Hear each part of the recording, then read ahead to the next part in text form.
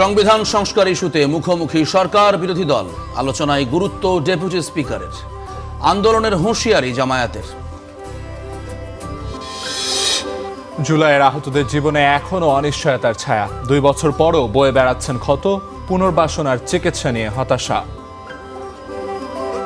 একটি চোখ পুরোপুরি নষ্ট, ড্যামেজ সম্পূর্ণ, আর একটি চোখ দিয়ে আংশিক দেখতে পারি। একটা ভালো অবস্থানে যাব, পুলিশে বা সেনাবাহিনীতে যাব, সেই অবস্থানটা আর বর্তমানে নাই। শেয়ার বাজারে বিনিয়োগকারীদের 100 কোটি টাকা উধাও। সালতা ক্যাপিটালের লেনদেন বন্ধ করল নিয়ন্ত্রক সংস্থা, কঠিন শাস্তি নিশ্চিতের তাগিদ। বহিনোঙ্গরের জট কমানো ও আয় বাড়াতে চট্টগ্রাম বন্দরের জলসীমা বাড়ানোর প্রস্তাব। নৌপথের সঙ্গে শিল্পে প্রভাবের শঙ্কা বিআইডব্লিউটিসি-এর। সিন্ডিকেটের দৌরাত্মে শেরপুরে নির্বিচারে উজাড় হচ্ছে বনভূমি। অবৈধভাবে পাথর বালু উত্তোলন, হামলায় আহত বন বিভাগের লোকজন।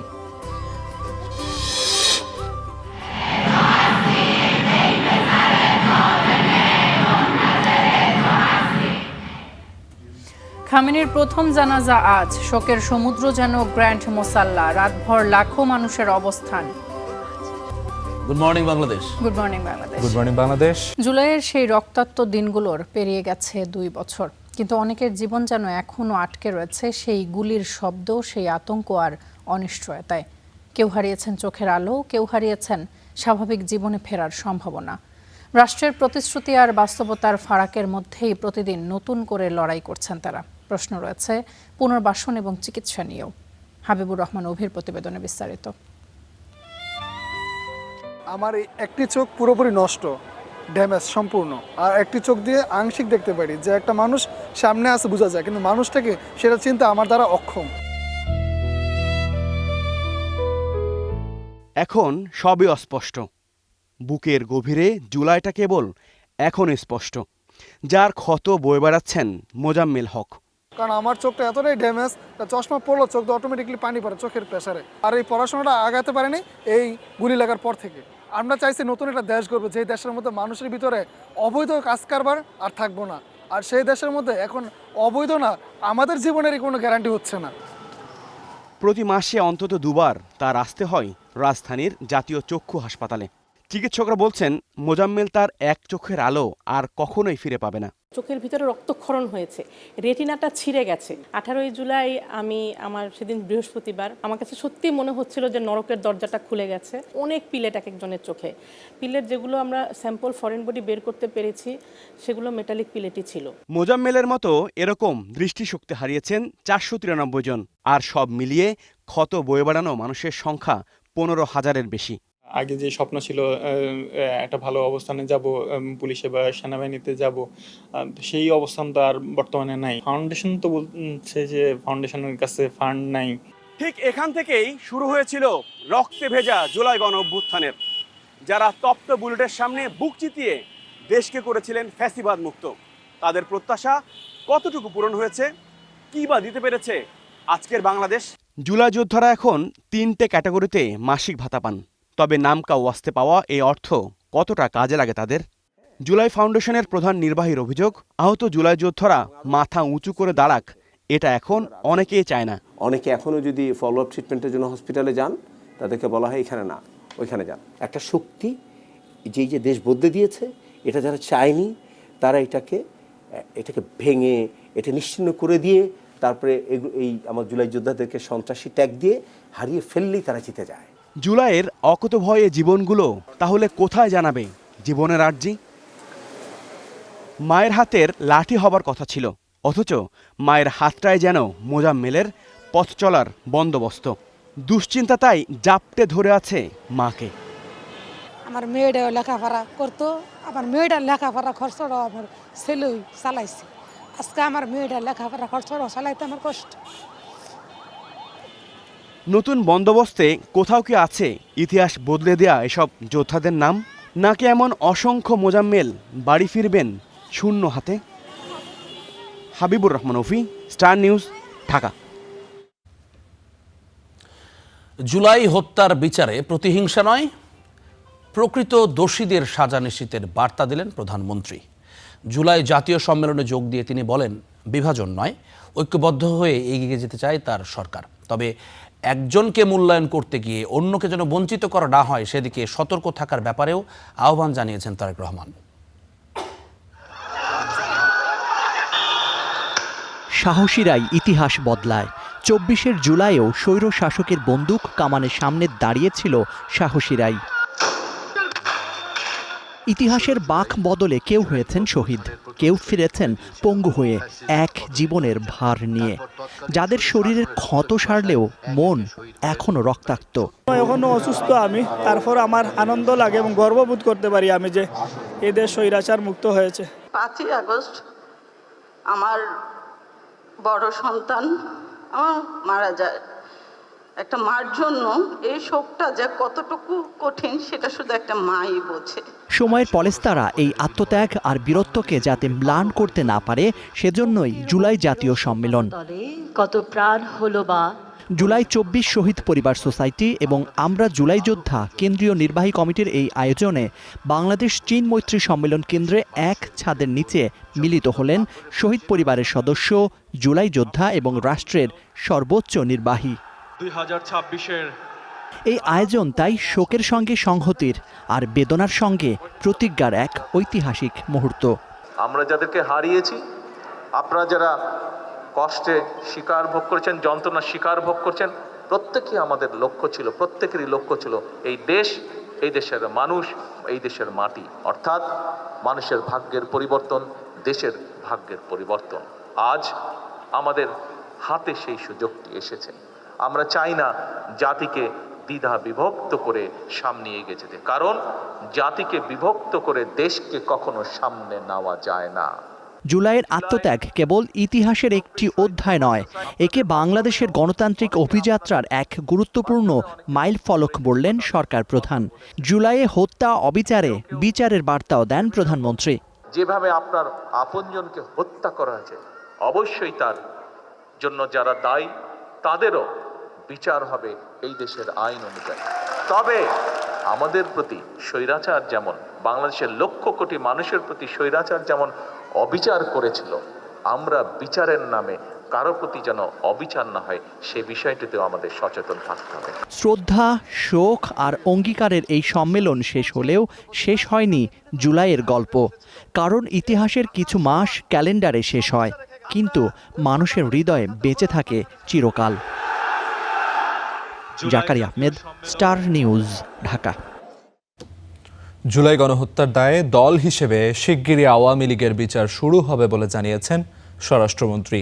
অন্যদিকে জুলাইয়ের প্রতিটি হত্যার বিচার নিশ্চিত করার প্রতিশ্রুতি দিয়েছেন আইনমন্ত্রী। চীন মৈত্রী সম্মেলন কেন্দ্রে জুলাই সম্মেলনে যোগ দিয়ে এসব কথা জানান তারা।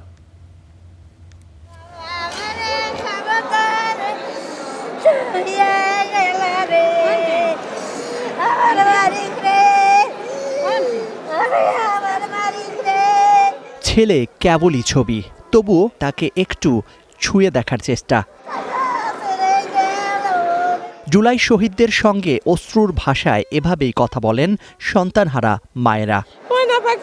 কবে যাবে মনে হয় কোন ব্যবসার কাছে গেছে, আমার বড় ছেলে বিদেশ থাকে, মনে হয় আমার সোনা ব্যাগ বিদেশে আছে। এখন আমি ছবি দেখে চাঁদ খার পড়লে গুলি খাইছে ৪-৫ জন, শেষ গুলিটাও খাইছে এবং ওকে ঢাকা মেডিকেলে নেওয়া হয়েছে, বাঁচে নাই। জুলাই জাতীয় সম্মেলনে তাদের দাবি একটাই, জুলাই গণহত্যার বিচার হতে হবে। তারা আজকে শহীদ পরিবারকে পুঁজি করে, তারা আমাদেরকে পুঁজি করে, তারা আজকে হাজারো কোটি টাকার মালিক হয়েছে। তারা নতুন রাজনৈতিক দল পেয়েছে, আমরা কি পেয়েছি? কোটি কোটি টাকার মালিক হয়েছে, কিন্তু আমরা এখনো এই যে কেসের উপরে এখনো আছি। ভালো লাগে, যেমন হয়তো বা এক জায়গায় গেলে আমরা বলি যে জুলাই শহীদের স্ত্রী আমরা, সন্তান আমাদের শহীদের সন্তান, ভালো লাগে। ভালো লাগলেও দেখা গেছে যে কষ্টটা আসলে থাকেই যায় ভিতরটায়। পরে আইনমন্ত্রী জানান, জুলাইয়ের প্রতিটি হত্যার বিচার নিশ্চিত করা হবে। মাননীয় প্রধানমন্ত্রীর দেখানো পথ, জুলাইয়ের স্বপ্ন বাস্তবায়নের পথ, আমরা সেই পথ ধরে এগিয়ে যাব। আমরা বদ্ধপরিকর প্রতিটি জুলাই হত্যাকাণ্ডের বিচার করতে, ইনশাল্লাহ আমরা সেটা করতে সম্ভবপর হব। সেই প্রত্যয়, সেই প্রত্যাশা ব্যক্ত করে আমি আমার কথা শেষ করছি। খোদা হাফেজ। গণহত্যার দায়ে দল হিসেবে আওয়ামী লীগও কাঠগড়ায় উঠতে যাচ্ছে বললেন স্বরাষ্ট্রমন্ত্রী। আওয়ামী লীগের রাজনৈতিক পতন হয়েছে, আওয়ামী লীগের রাজনৈতিকভাবে নিপাত হয়েছে, নির্মূল হয়েছে, দাফন হয়ে গেছে দিল্লিতে। সেই আওয়ামী লীগ বাংলাদেশে আর কোনোদিন রাজনীতি করতে পারবে না। রাজনৈতিক দল হিসেবে আওয়ামী লীগের বিচার দাবি করেছি আমরা, আপনারা দাবি করেছেন, তদন্ত পরিচালিত হচ্ছে। ইনশাআল্লাহ খুব শিগগির রাজনৈতিক দল হিসেবে সেই রাজনৈতিক দলকে বিচারের কাঠগড়ায় নিয়ে যাওয়া হবে। জুলাই যোদ্ধাদের রক্ত আর স্বজনহারাদের অশ্রুতে পাওয়া দেশ ও গণতন্ত্র যাতে কেউ ব্যাহত করতে না পারে সে বার্তাই উঠে আসে সম্মেলনে। Zakaria Ahmed, Star News, Dhaka. গণভোটের রায় বাস্তবায়ন সহ বিভিন্ন দাবিতে জেলা এবং মহানগরে গণমিছিল এবং বিক্ষোভ করেছে 11 দলীয় ঐক্যজোট। এতে জামায়াত, এনসিপি সহ বিভিন্ন দলের নেতাকর্মীরা অংশ নেন। দাবি বাস্তবায়ন না হলে কঠোর আন্দোলনের হুঁশিয়ারিও দেন বক্তারা। বিক্ষোভ শেষে চট্টগ্রামে 11 দলীয় ঐক্যজোটের গণমিছিল, গণভোটের রায় বাস্তবায়ন সহ বিভিন্ন দাবি। একই দাবিতে শনিবার দেশের বিভিন্ন জেলা ও মহানগরে আয়োজন করা হয় কর্মসূচি। অংশ নেন 11 দলীয় ঐক্যের নেতাকর্মীরা। অনুষ্ঠিত হয় বিক্ষোভ সমাবেশ, পরে মিছিল করেন তারা। অন্তর্বর্তীকালীন সরকার নির্বাচন দেবে না সেটি মনে করে তারা জুলাই সনদে স্বাক্ষর করেছে, জাতির সাথে একটি তামাশা করেছে, মুনাফিকি করেছে। আজকে আমাদের ঐক্যবদ্ধ হতে হবে, জুলাই সনদ বাস্তবায়ন করতে হবে, গণভোটের গণরায় মেনে নিতে হবে। এই রায়কে বাস্তবায়ন করার জন্য আমরা আজকের এই বিক্ষোভ সমাবেশের আয়োজন করেছি এবং আমরা এই গণভোটের বাস্তবায়ন করে ছাড়বো ইনশাআল্লাহ। সমাবেশে দেশের আইন শৃঙ্খলা পরিস্থিতি তুলে ধরেন বক্তারা। দাবি জানান গণভোটের রায় বাস্তবায়নের, অন্যথায় কঠোর আন্দোলনের হুঁশিয়ারি দেন তারা।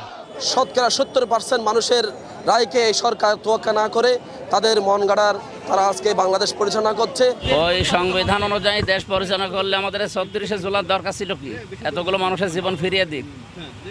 সুতরাং যারা বাইরের দেশ থেকে বলে যে আমরা লিড দিয়েছি, সে লিড দেওয়ার কাজগুলো তো করবে, তাদের কথা মতো তো কাজ করে না। গণতন্ত্র, সুশাসন ও ইনসাফ ভিত্তিক সমাজ কায়েম না হওয়া পর্যন্ত রাজপথে থাকার হুঁশিয়ারি দেন নেতাকর্মীরা।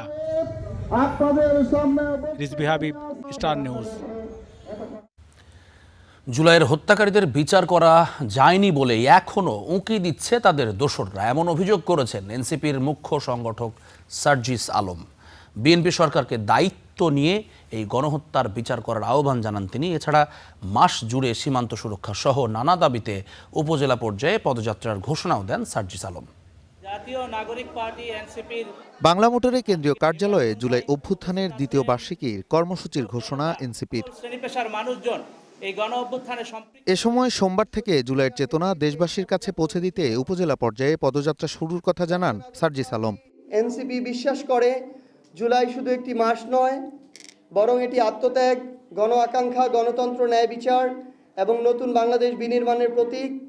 তাই মাসব্যাপী এই কর্মসূচির মাধ্যমে সমাজের সকল শ্রেণী পেশার মানুষকে সম্পৃক্ত করে জুলাইয়ের আকাঙ্ক্ষা নতুন প্রজন্মের কাছে পৌঁছে দেয়া, শহীদদের অবদান স্মরণ করা এবং দেশ গঠনের অঙ্গীকার আরও সুদৃঢ় করাই হবে এই আয়োজনের মূল লক্ষ্য। তার অভিযোগ, খুনিদের বিচার করা যায়নি বলেই উকি দিচ্ছে তাদের দোসররা। বিএনপিকে দায়িত্ব নিয়ে জুলাই গণহত্যার বিচার নিশ্চিত করার আহ্বানও তার।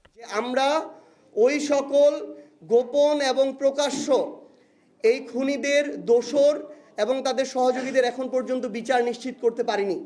তাদের যদি বিচারের রায় হতো এবং এগুলোর যদি কার্যকারিতা থাকতো, তাহলে আজকে তারা কখনোই গর্ত থেকে মাঝে মাঝে উকি দিয়ে এই কথাগুলো বলার সাহস পেত না। এছাড়া 16 জুলাই শহীদ দিবস হিসেবে আবু সাইদের কবর জিয়ারত সহ 15 জুলাই কুড়িগ্রামে কৃষক সমাবেশ করবে এনসিপি। সেদিনই আত্মপ্রকাশ তাদের অঙ্গ সংগঠন জাতীয় কৃষক শক্তির। জাতীয় নাগরিক পার্টি এনসিপির আরেকটি উইং, আরেকটি অঙ্গ এবং সহযোগী সংগঠন জাতীয় কৃষক শক্তির সেদিন আত্মপ্রকাশ ঘটবে। Nazmul Hasan, Star News, Dhaka. জুলাই অবমাননার অভিযোগে মেহের আফরোজ শাওন, মাহিয়া মাহি এবং শান্তা ফারজানার বিরুদ্ধে শাহবাগ থানায় জিডি করা হয়েছে।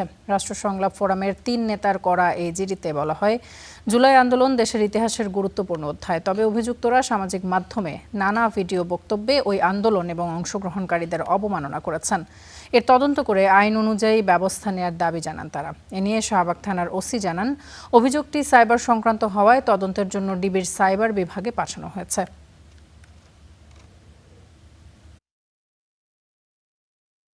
অভিযোগে উল্লেখ আছে জুলাই গণ অভ্যুত্থানকে কটূক্তি করে ভিডিওর মাধ্যমে জুলাই গণ অভ্যুত্থানকে অপপ্রচার হিসেবে দেশবাসীর কাছে চালাচ্ছে। সাধারণ ডায়েরি হওয়ার কথা জানতে পেরেছি এবং অফিসার ইনচার্জ শাহবাগ মডেল থানার সঙ্গে কথা বলে জানতে পেরেছি যে তদন্ত করছে ডিবি সাইবার টিম এবং অভিযোগ হচ্ছে যে অনলাইনের কিছু ভিডিও বা কন্টেন্টের বিষয়।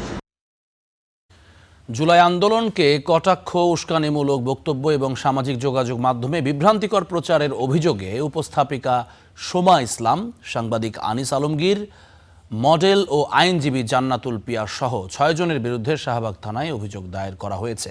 শনিবার রাতে এই অভিযোগ দায়ের করেন রাষ্ট্র সংলাপ ফোরামের সদস্য মিল্লাত হোসেন।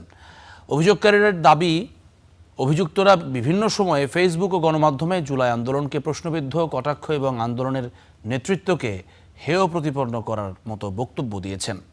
লিখিত অভিযোগে উপস্থাপিকা সোমা ইসলাম, মডেল ও আইনজীবী জান্নাতুল পিয়া, সাবেক ছাত্রলীগ নেতা মমিন মেহেদি, কথিত সাংবাদিক আনিস আলমগীর, মডেল মারিয়া কিসপোট্টা ও মডেল তুষ্টির নাম উল্লেখ করা হয়েছে। অভিযোগের সঙ্গে সামাজিক যোগাযোগ মাধ্যমে প্রকাশিত বিভিন্ন পোস্ট ও ভিডিওর লিঙ্কও সংযুক্ত করা হয়েছে। বিষয়টি তদন্ত করে প্রয়োজনীয় আইনগত ব্যবস্থা নেওয়ার দাবি জানিয়েছেন অভিযোগকারী।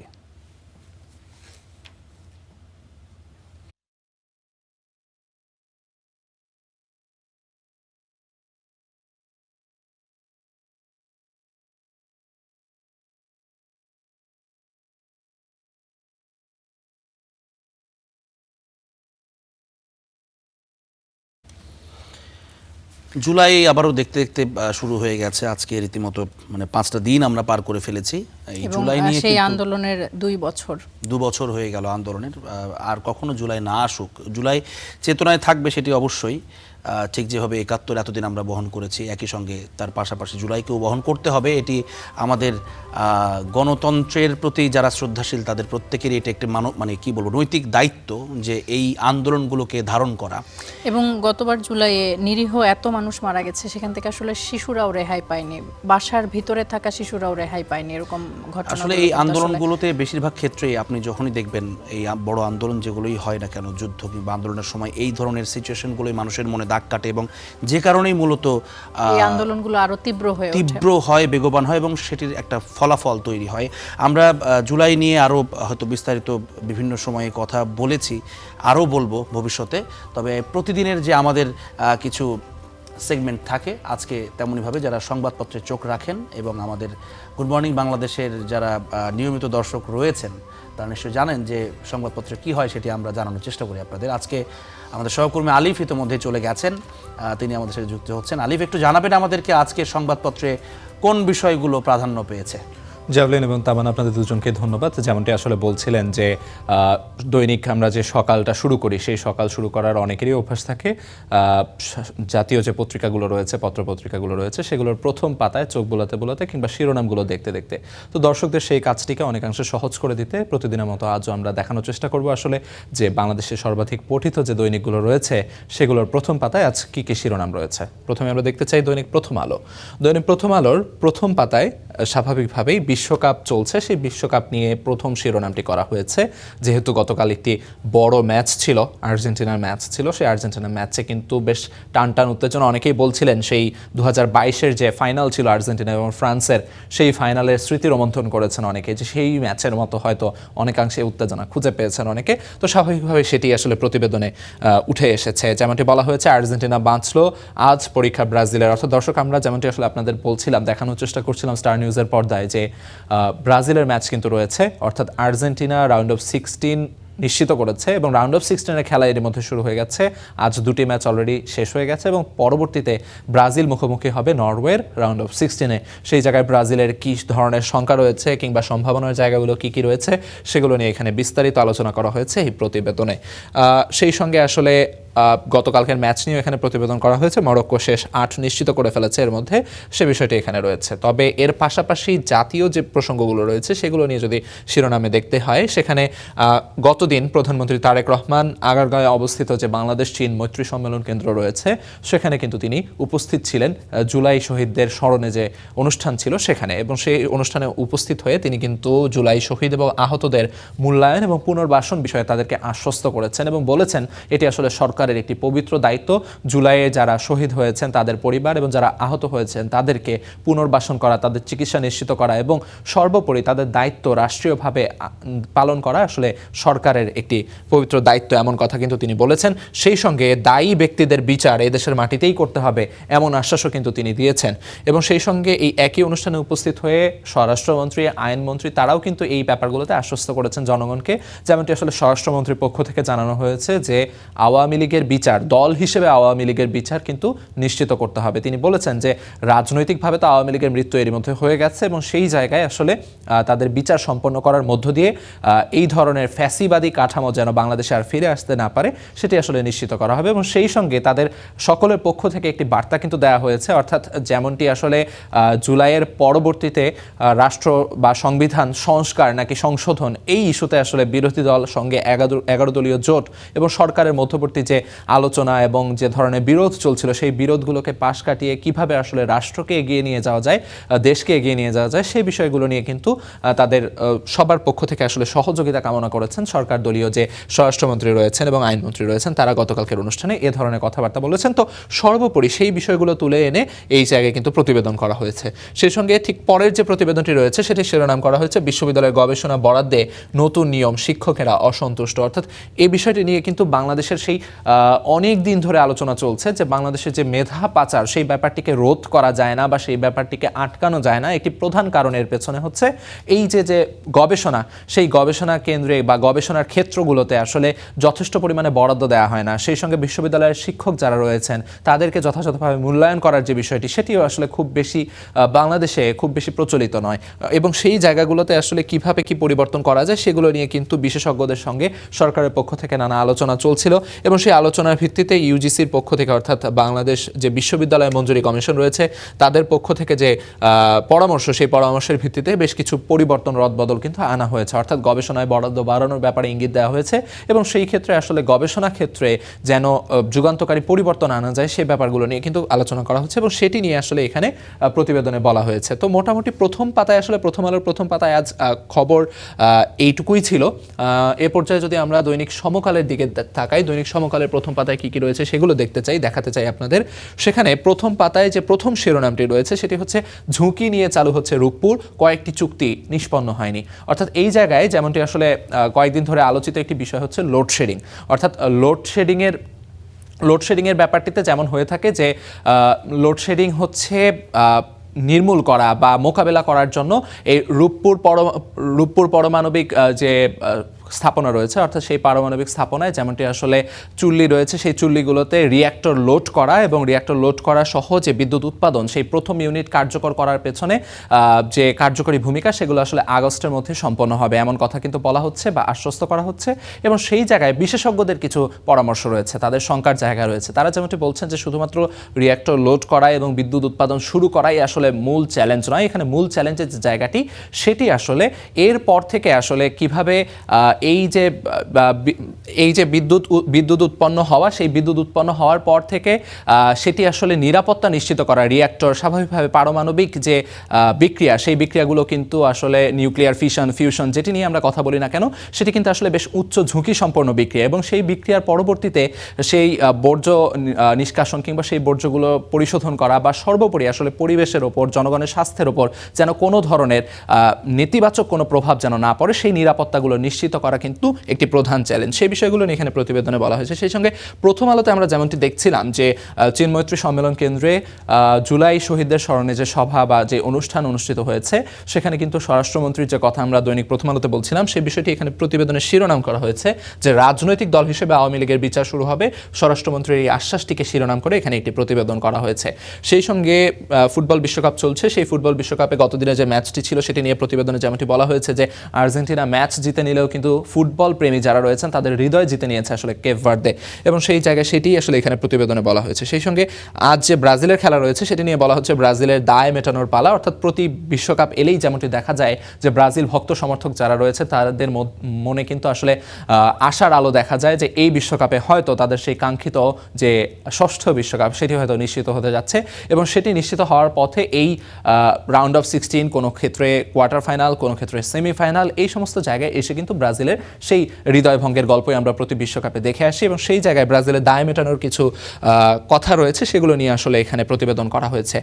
সেই সঙ্গে বাজেট পরবর্তী যে অর্থনৈতিক বিষয়গুলো রয়েছে সেই বিষয়গুলো নিয়ে এখানে প্রতিবেদন করা হয়েছে, এবং বিশেষ করে সিটি গ্রুপের কথা এখানে উঠে এসেছে। যেমনটি বলা হয়েছে সিটি গ্রুপের ব্যবসায়িক পুনর্গঠন হচ্ছে, অর্থাৎ যেমনটি আসলে দেখা হচ্ছে যে কুমিল্লার যে অর্থনৈতিক অঞ্চল রয়েছে সেখানে কিন্তু বিনিয়োগের পর থেকে সিটি গ্রুপের এক ধরনের যে উল্টো যাত্রা সেটি কিন্তু শুরু হয়েছে, এবং সেই জায়গায় তাদের মূল যে ভূমিকা বা মূল যে দায় এর পেছনে সেটি হচ্ছে কুমিল্লার যে অর্থনৈতিক অঞ্চল সেখানে তারা যে বিনিয়োগ করেছে গ্যাস সংযোগ পাওয়ার কথা থাকলেও সেটি কিন্তু তারা স্বাভাবিকভাবেই পায়নি, এবং সেই না পাওয়ার কারণে তাদের উৎপাদন ব্যাহত হচ্ছে, কিন্তু অন্যদিকে ঋণের বোঝা ঠিকই চালিয়ে নিতে হচ্ছে, এবং এই ব্যাপারগুলোর কারণে সিটি গ্রুপের যে অর্থনৈতিক যে একটু টানাপোড়েন এবং সেই জায়গা থেকে আসলে ব্যবসায়িক যে পুনর্গঠন দরকার কোম্পানিটিকে স্বাভাবিকভাবে চালিয়ে নিতে, সেই ব্যাপারটি নিয়ে এখানে প্রতিবেদন করা হয়েছে। সেই সঙ্গে মেট্রো রেলের নতুন 2 লাইনের কাজ এগিয়ে নিতে চেষ্টা করছি শিরোনামে জাপানের যে আন্তর্জাতিক সহযোগিতা সংস্থা রয়েছে জাইকা, তার প্রেসিডেন্ট ডক্টর তানিকে আকিহিতোর যে সাক্ষাৎকার সেই সাক্ষাৎকারের বিষয়টি এখানে প্রতিবেদনে উঠে এসেছে, এবং সেই সঙ্গে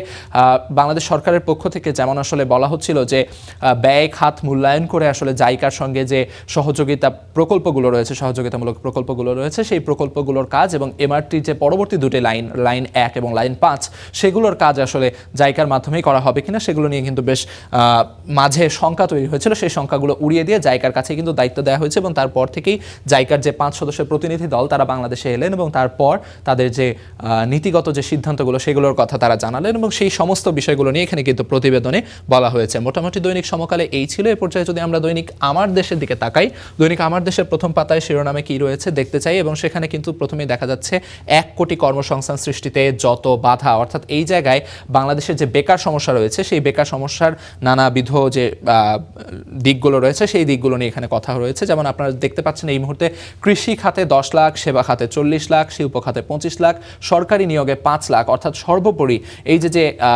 কর্মসংস্থান সৃষ্টির যে বিষয়গুলো সেগুলো এখানে তথ্য উপাত্তের মাধ্যমে দেখানো হয়েছে। সেই সঙ্গে জনশক্তি রপ্তানি করার যে বিষয়টি, অর্থাৎ আপনারা জেনে থাকবেন সাম্প্রতিক সময়ে প্রধানমন্ত্রী তারেক রহমানের যে চীন সফর এবং মালয়েশিয়া সফর, সেখানে কিন্তু অন্যতম একটি গুরুত্বপূর্ণ বিষয় ছিল বৈদেশিক যে শ্রমবাজার, সেই শ্রমবাজারে বাংলাদেশি শ্রমিকদের কর্মসংস্থান এবং তাদের যাত্রাটিকে যতটা সম্ভব সহজ করা যায়, মসৃণ করা যায় সেই বিষয়গুলো নিশ্চিত করা। তো সেটি আসলে এখানে প্রতিবেদনে কিন্তু দেখানো হয়েছে বা প্রতিবেদনে উল্লেখ করা হয়েছে। সেই সঙ্গে আরেকটি প্রতিবেদনের দিকে যদি তাকাই সেখানে দেখা যাচ্ছে সচিবালয় নিরাপত্তা বলয়ে সরানো হচ্ছে 5 আগস্টের আগের 169 পুলিশ সদস্যকে, অর্থাৎ সচিবালয় কিংবা গুরুত্বপূর্ণ যে রাষ্ট্রীয় স্থাপনাগুলো রয়েছে সেই স্থাপনাগুলোতে পুলিশের যে ইউনিটগুলো আসলে নিরাপত্তা বিধানের দায়িত্ব পালন করে থাকতেন সেই জায়গায় একটি রদবদলের আভাস কিন্তু এখানে দেওয়া হচ্ছে, এবং সেই বিষয়টি নিয়ে এখানে প্রতিবেদন করা হয়েছে।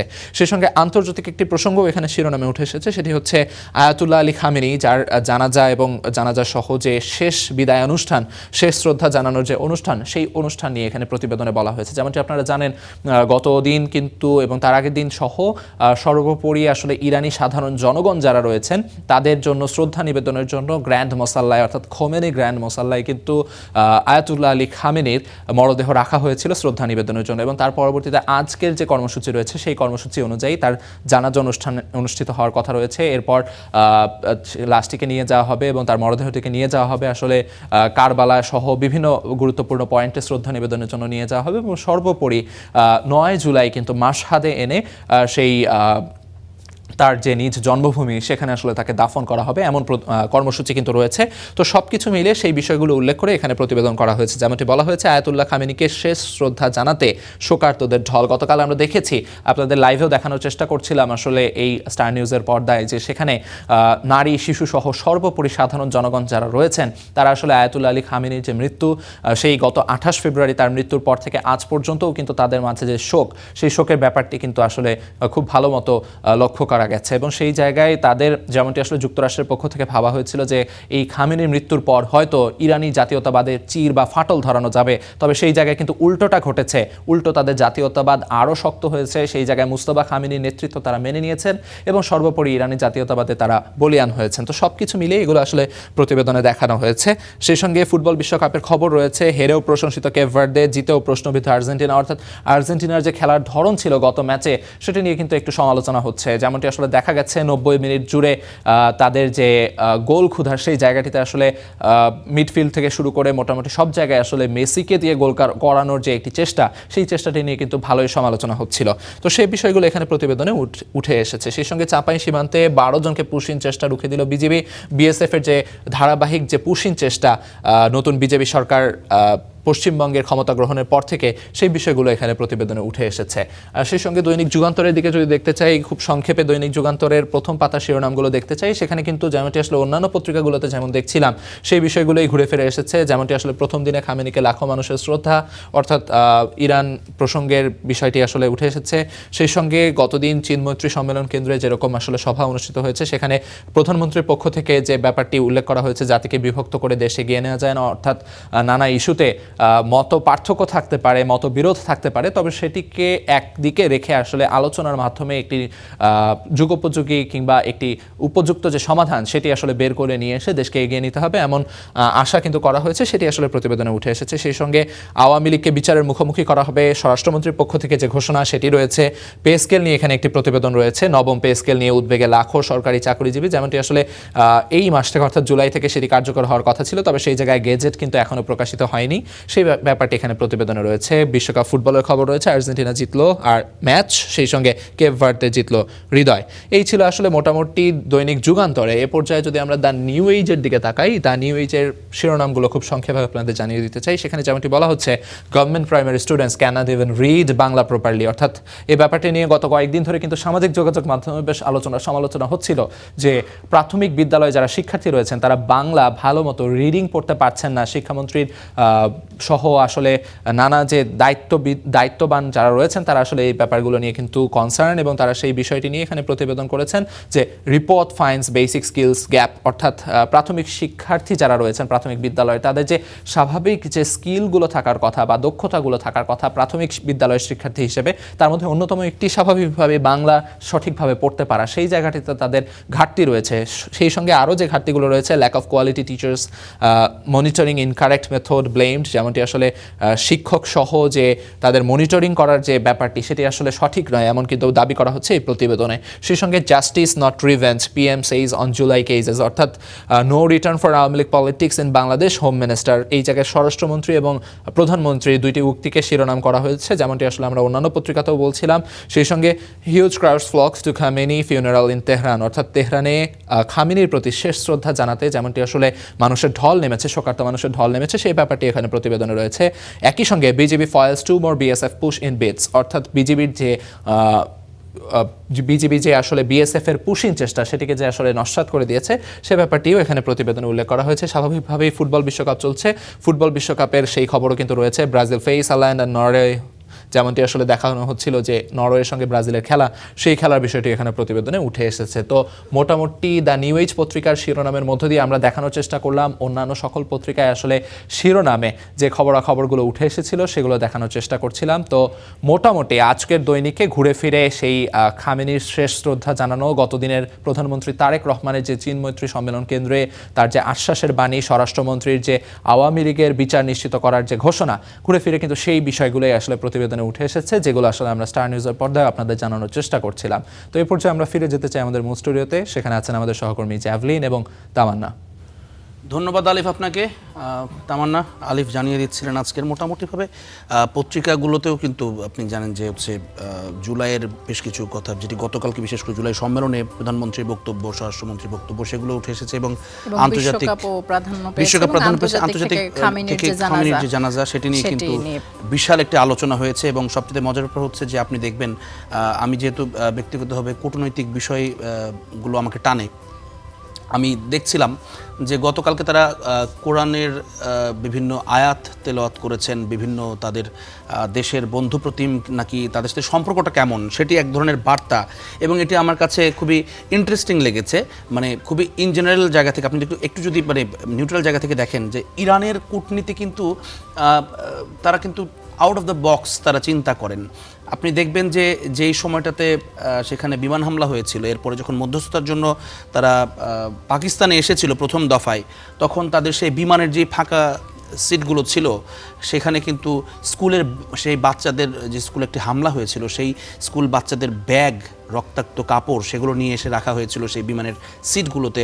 এই যে এক ধরনের বার্তা সারা বিশ্বে পৌঁছে দেওয়া, এবং সেটি খুবই এক ধরনের নান্দনিকতা আছে সেটার ভেতরে, এবং এটি খুবই আপনার ভেতরে মানে প্রিচ করে, একদম ভেতরে গিয়ে লাগে এই কথাগুলো। ঠিক একইভাবে তাদের যেই বিশেষ করে মুসলমান বা মুসলিম যে বিশ্বের বিভিন্ন প্রতিনিধি সেখানে গিয়েছেন, তাদের জন্য কোরআনের আয়াতটিকে কিন্তু একই সঙ্গে যেমন আপনার আবেগের জায়গা, বিশ্বাসের জায়গার সঙ্গে সংযুক্ত, সেখানে তারা তাদের যে বক্তব্য সেটিও কিন্তু পরিষ্কার করেছে আপনি যদি দেখে থাকেন। তো আলিফ সেই বিষয়গুলো বলছিলেন আর কি। আমরা অন্যান্য যে খবর সেটিতে এখন যাই। তামান্না, বাংলাদেশকে গুরুত্বপূর্ণ অর্থনৈতিক অংশীদার হিসেবে যুক্তরাষ্ট্র বাণিজ্য, বিনিয়োগ এবং প্রযুক্তি সহ বিভিন্ন খাতে সহযোগিতা বাড়াতে চায়।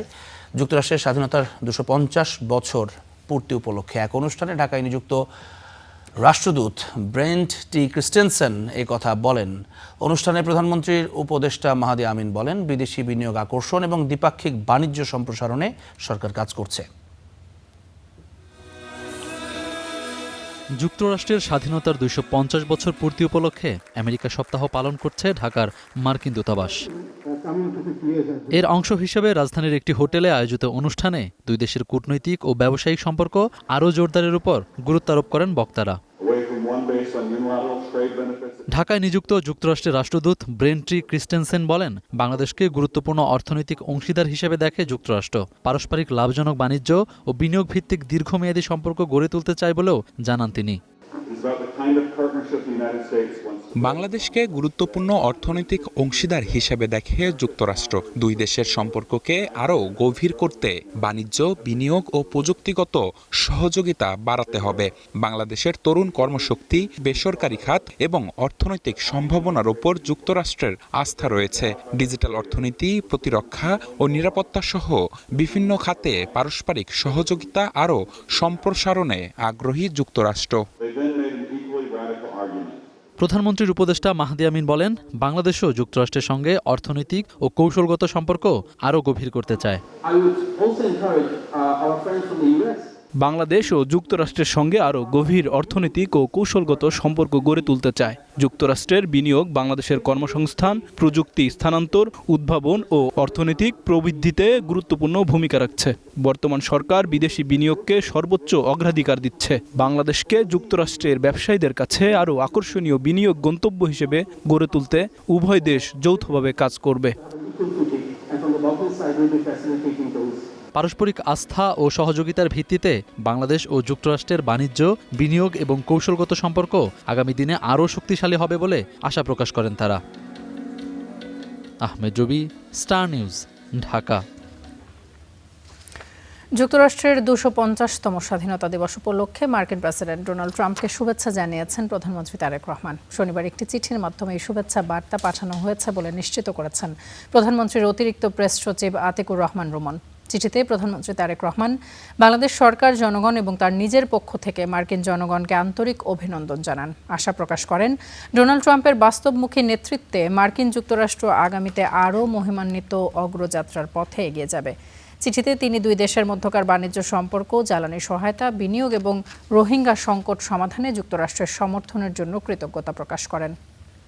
বছর পেরিয়েছে, বদলেছে নিয়ম, তবে পরীক্ষার সময় পরীক্ষার্থীরা দেখেন পুরনো সিলেবাসেই প্রশ্ন হয়েছে। তুগলকি এই ঘটনা ঘটেছে জামালপুরের সরকারি আশেক মাহমুদ কলেজ কেন্দ্রে। বাংলা দ্বিতীয় পত্র পরীক্ষায় 2026 সালের বদলে অনিয়মিত এবং মানোন্নয়নের 2025 সালে সিলেবাস অনুযায়ী প্রশ্নপত্র সরবরাহ করা হয়।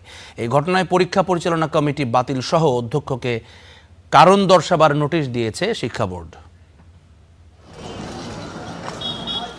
উচ্চ মাধ্যমিক ও সমমানের পরীক্ষার জামালপুর সরকারি আশেক মাহমুদ কলেজ কেন্দ্র, 4202 নম্বর কক্ষ। বাংলা দ্বিতীয় পত্র পরীক্ষা দিতে রুমে হাজির হন সরকারি জাহেদা সফির মহিলা কলেজের শিক্ষার্থীরা। একই কেন্দ্রের অন্য কক্ষ ও সারা দেশ যখন নতুন সিলেবাসের প্রশ্নে পরীক্ষা দিচ্ছিলেন, তখন 4202 নম্বর কক্ষের পরীক্ষার্থীরা উত্তর লিখছিলেন পুরনো সিলেবাসের প্রশ্ন থেকে। পরীক্ষা শেষে পাশের কক্ষের পরীক্ষার্থীদের সঙ্গে প্রশ্ন মেলাতে গেলে ধরা পড়ে ভুল। তাদের অভিযোগ 2026 সালের পরিবর্তে সরবরাহ করা হয় 2025 সালের সিলেবাস অনুযায়ী। আমরা যে প্রশ্নের পরীক্ষা দিয়েছি ওটা ছিল 2025 সালের একটা কোশ্চেন, যা একদমই ঠিক হয়নি। এটা কর্তৃপক্ষের নজর দেওয়া উচিত ছিল যে আমরা যাতে সঠিক প্রশ্নে পরীক্ষা দিতে পারি। এখন আমার পরীক্ষা কেমন হয়েছে এটা ডিপেন্ড করে না। এই প্রশ্নে পরীক্ষা দেওয়ার কারণে আমার কি 2 পত্র মিলায়ে প্লাস থাকবে না? এটা তো তাহলে হলো না, কারণ আমি 2টা বছর কষ্ট করছি, আজকের এই 3 ঘন্টার জন্য আমি কষ্ট করছি। এখন এই সামান্য ভুলের কারণে যদি আমার এটাতে প্লাস চলে যায়, এটা দায়িত্ব কে নিবে? কর্তৃপক্ষের এমন খামখেয়ালিপনায় ক্ষুব্ধ অভিভাবকরা। আমরা প্রতি বছরই বিভিন্ন জায়গার কলেজের নিউজ দেখি যে এইভাবে প্রশ্ন উল্টাপাল্টা হয়েছে। এইভাবে যদি আমাদের প্রতি বছরই যদি এগুলা হয়, তাহলে এগুলা দায়ভার কে নিবে? একটি কক্ষে ভুল প্রশ্ন সরবরাহের অভিযোগ স্বীকার করে বিষয়টি সমাধানের আশ্বাস দেন কলেজের অধ্যক্ষ। বোর্ডের সাথে কথা বললাম, বোর্ড আমাকে যেটি তথ্য সরবরাহ করলেন যে এই ধরনের ঘটনা বাংলাদেশে আরও 2টি প্রতিষ্ঠানে ঘটেছে।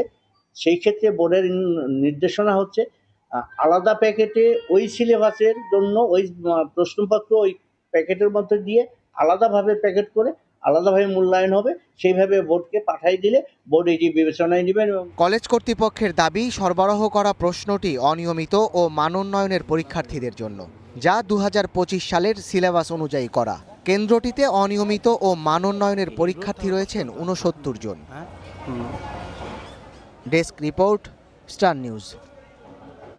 সিরাজগঞ্জের শাজাদপুর উপজেলায় একটি উচ্চ বিদ্যালয়ে মদ্যপান এবং অসংলগ্ন আচরণের অভিযোগে স্কুলের প্রধান শিক্ষককে বরখাস্ত করা হয়েছে। স্থগিত করা হয়েছে এমপিও সুবিধা।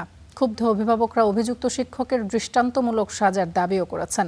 তবে ওই ঘটনায় দুঃখ প্রকাশ করেছেন অভিযুক্ত শিক্ষক রুহুল আমিন।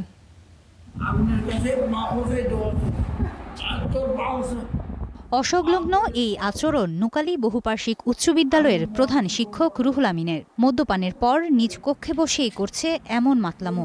এ ঘটনায় অভিযুক্ত প্রধান শিক্ষক রুহুল আমিনকে সাময়িক বরখাস্ত এবং তার এমপিও স্থগিত করেছে মাধ্যমিক ও উচ্চশিক্ষা অধিদপ্তর।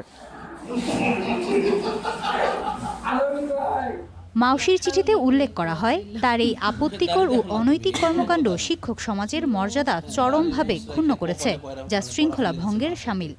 প্রধান শিক্ষক ছিলেন, তাকে সাময়িক বরখাস্ত করা হয়েছে এবং মাধ্যমিক ও উচ্চশিক্ষা অধিদপ্তর থেকেও আমরা একটা চিঠি পেয়েছি যেখানে ওনার এমপিওটা স্থগিত করার জন্য নির্দেশ দেওয়া হয়েছে। এদিকে মদ্যপানের মূল অভিযোগটি সরাসরি স্বীকার না করলেও অসংলগ্ন আচরণের জন্য দুঃখ প্রকাশ করেন রুহুল আমিন। কিছু রাজনৈতিক প্রতিহিংসা, সামাজিক প্রতিহিংসা, এর কারণে এই জিনিসটা ঘটে এবং কে বা কারা আমাকে এই জিনিসটাই উদ্বুদ্ধ করে। অভিযুক্ত শিক্ষকের দৃষ্টান্তমূলক শাস্তির দাবি এলাকাবাসীর। এত নীচ এবং নিকৃষ্ট একজন শিক্ষক, যেটা পবিত্রতম স্থান শিক্ষালয়, এই জাতীয় শিক্ষককে প্রধান শিক্ষক আমি বলি না, ঘৃণা করে বলি সে একজন মদ্য মাতাল। মদ্য অবস্থায় প্রধান শিক্ষকের কার্যালয়ে বসে আছে এবং উনি সাংবাদিকদের উদ্দেশ্যে বলেছে যে সাংবাদিকদের প্রয়োজনে 1.5 লাখ টাকা খরচ করে দৌড়ে দিয়ে নিয়ে যাব। গত বৃহস্পতিবার পরীক্ষা চলাকালীন অবস্থায় বিদ্যালয়ে গিয়ে অসংলগ্ন আচরণ শুরু করেন রুহুল আমিন, যা পরে সামাজিক যোগাযোগ মাধ্যমে ছড়িয়ে পড়তেই শুরু হয় ব্যাপক আলোচনা সমালোচনা। Desk report, Star news. Chapainawabganj সীমান্তে পুশিন এর তীব্র চেষ্টা চালিয়ে যাচ্ছে ভারতীয় সীমান্তরক্ষী বাহিনী। এ বিষয়ে আরও জানাতে চাঁপাইনবাবগঞ্জের সীমান্ত থেকে যুক্ত হচ্ছেন সহকর্মী মাহমুদুল হাসান তুষার। তুষার, আমরা যেমনটি জানতে পেরেছি যে বিএসএফ কিন্তু প্রতিনিয়ত আসলে পুশিনের চেষ্টা চালিয়ে যাচ্ছে এবং বিজিবির তৎপরতায় সেটি কখনো হয়তো নস্যাৎ হয়ে যাচ্ছে। গ্রামবাসীরাও সঙ্গে আসলে বিজিবির সঙ্গে কাজ করে যাচ্ছেন। তো সর্বোপরি আপনি যেখানে আছেন সেই সীমান্তে এখন কি অবস্থা?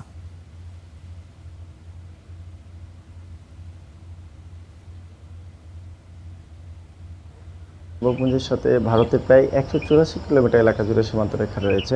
ভারতের উত্তেজনার পর থেকেই বিজিবি এবং এলাকাবাসীকে সাথে নিয়ে সতর্ক অবস্থান রয়েছে।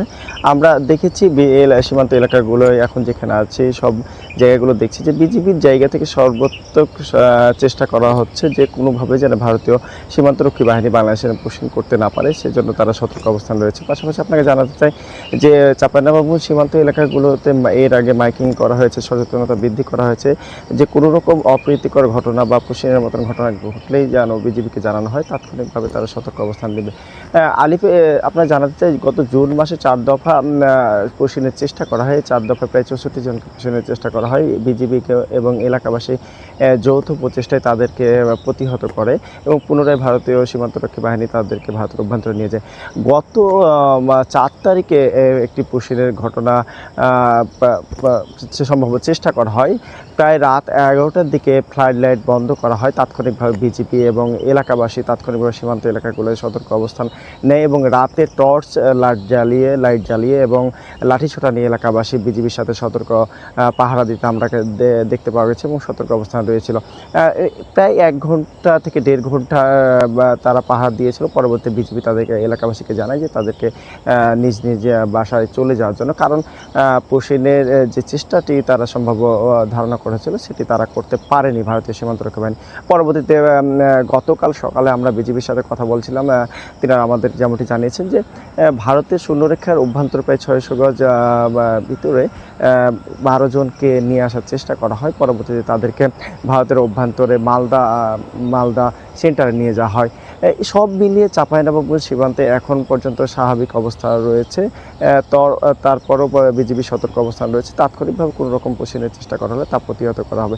এখন পর্যন্ত চাঁপাইনবাবগঞ্জ সীমান্ত এলাকাগুলোতে স্বাভাবিক অবস্থান রয়েছে। এই ছিল চাঁপাইনবাবগঞ্জ থেকে সবশেষ তথ্য। আলিফ। তুষার, আপনাকে অসংখ্য ধন্যবাদ। সহকর্মী মাহমুদুল হাসান তুষার জানাচ্ছিলেন চাঁপাইনবাবগঞ্জ সীমান্তে বিজিবির যে তৎপরতা বিএসএফ এর পুশিং ঠেকাতে সে বিষয়ে সবশেষ খবরাখবর। শেরপুরে নির্বিচারে উজাড় চলছে বনভূমি। অবৈধভাবে পাথর ও বালু উত্তোলন করছে একটি সিন্ডিকেট। তাদের হামলায় আহত হয়েছেন বন বিভাগের লোকজন। মেঘালয় সীমান্তে সবুজে ঘেরা শেরপুরের গারো পাহাড়, আছে শাল গজারি সহ নানা প্রজাতির গাছ। তবে বাইরে থেকে বন দেখতে যত সুন্দর, ভেতরে ততটাই ক্ষত। কি সেই কারণ? স্টার নিউজের অনুসন্ধান বনের গহীনে। যত গভীরে আমরা ততই ধ্বংসযজ্ঞ। নির্বিচারে উজাড় করা হচ্ছে বনভূমি। স্থানীয়দের অভিযোগ, এসবের নেপথ্যে অবৈধভাবে বালু ও পাথর ব্যবসা। এজন্য গড়ে উঠেছে শক্তিশালী সিন্ডিকেট। রাত বালু বাইরেতেছে মাহিন্দ্র টলি দেয়া এবং কি বন বিভাগ আটকানোর চেষ্টাও করে। আটকানোর চেষ্টা করলে বালু দর্শকরা এরা মারধর করে। যে দলের সেই দলেরই, তখন আমলে আসলে ওরা খায়, কারণ এই আমলে এরা খাটাচ্ছে অতিরিক্ত। এসব পাথর বালু পরিবহনে ব্যবহার হচ্ছে ট্রাক, ভ্যান, ট্রলি। প্রকাশ্যেই চলছে সব। আমাদের এই গারো পাহাড়টা হয়েছে আমাদের শেরপুরের একটা ঐতিহ্য। এই গারো পাহাড়টা প্রতিদিন ধ্বংসের মুখে যাওয়ার কারণ হচ্ছে একটাই, দিনে রাইতে এখানে অবৈধভাবে বালু তোলা হচ্ছে। পাহাড় থেকে এরকম বালু পাথর নিয়ে আনার পরে তো মনে করেন যে রাস্তাঘাট নষ্ট করে ফেলাইলো।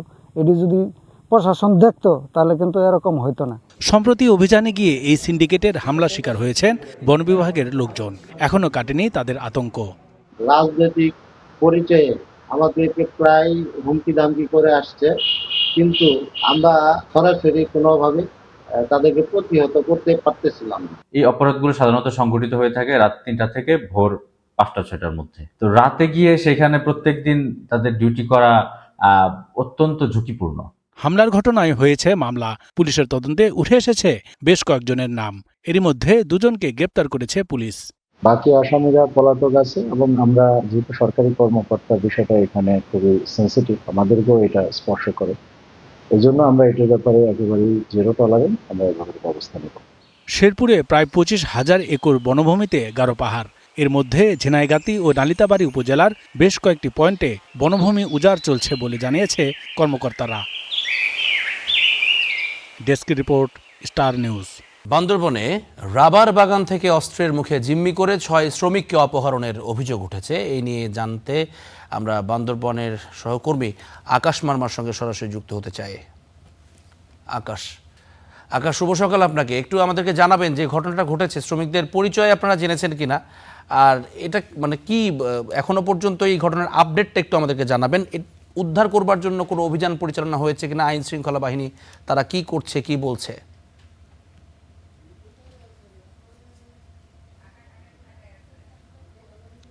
আকাশ।